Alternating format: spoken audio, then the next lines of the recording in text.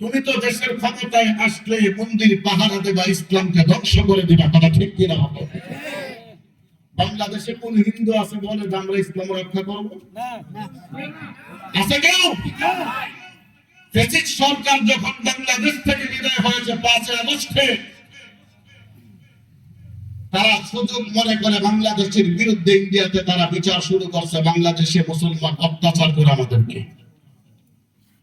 বলতো বাংলাদেশে কোন হিন্দু সম্প্রদায়কে মুসলমানেরা আঘাত করেছে, আক্রমণ করেছে?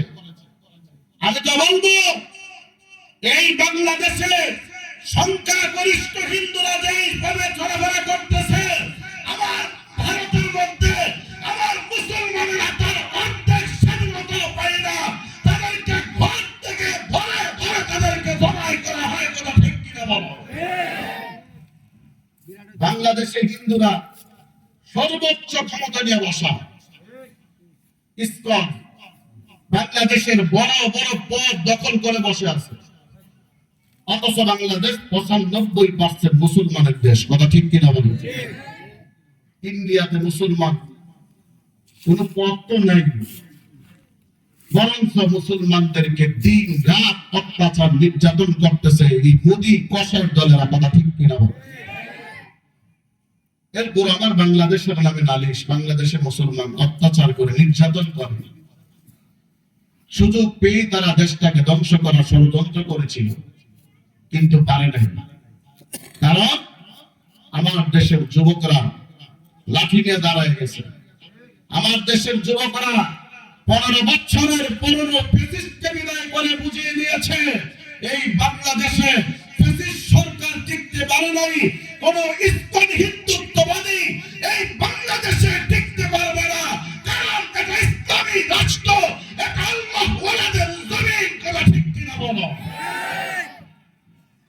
এদেশে বাতিলের বিরুদ্ধে মাথা উঁচু করে দাঁড়াতে হবে।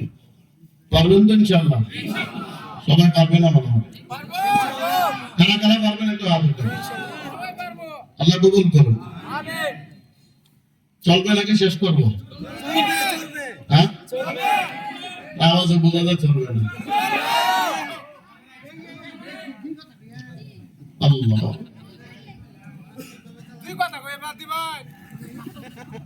আমার আল্লাহ বলেন, ফেরেশতা 3 নম্বর প্রশ্ন করবে, ধর্মের পরিচয় দাও। ধর্মের পরিচয় যদি না দিতে পারো, আল্লাহ বলবেন ও ফেরেশতা প্রশ্ন করার প্রয়োজন নাই, তার কবরটাকে জাহান্নাম বানায় দাও। আর যদি প্রশ্ন পারো, আল্লাহ বলে আমার বান্দার কবরটাকে জান্নাতের সঙ্গে দরওয়াজা খুলে দাও। চিল্লায়ে বলেন সুবহানাল্লাহ। ও মুসলমান, আলেমদের বক্তব্য শুনবেন, ওয়াজ শুনবেন, তবে যাচাই করে শুনবেন। কোরআন হাদিসের পক্ষে কতজন কথা বলে? আমাদের দেশে তো দলের অভাব নেই, রাসূলুল্লাহ দল আছে, আছে কি নাই? মাজারে মন্দিরে সিজদা করার মতো আলেমের অভাব নাই। আমার আম্মা জান খাদিজাতুল কুবরাকে খারাপ ভাষায় কথা বলার মতো বক্তার অভাব নাই, কথা ঠিক কিনা বলেন? আছে কি নাই? কিছুদিন আগে বলল একজন আলোচক, আম্মা জান খাদিজা জীবনে কোনোদিন নামাজ পড়ে নাই, রোজা রাখে নাই, হজ করে নাই, যাকাতও দেয় নাই। একটা বাড়ি থেকে কই আলোচনা মানে ওটা তাইরি জবাব দিয়ে দিছে।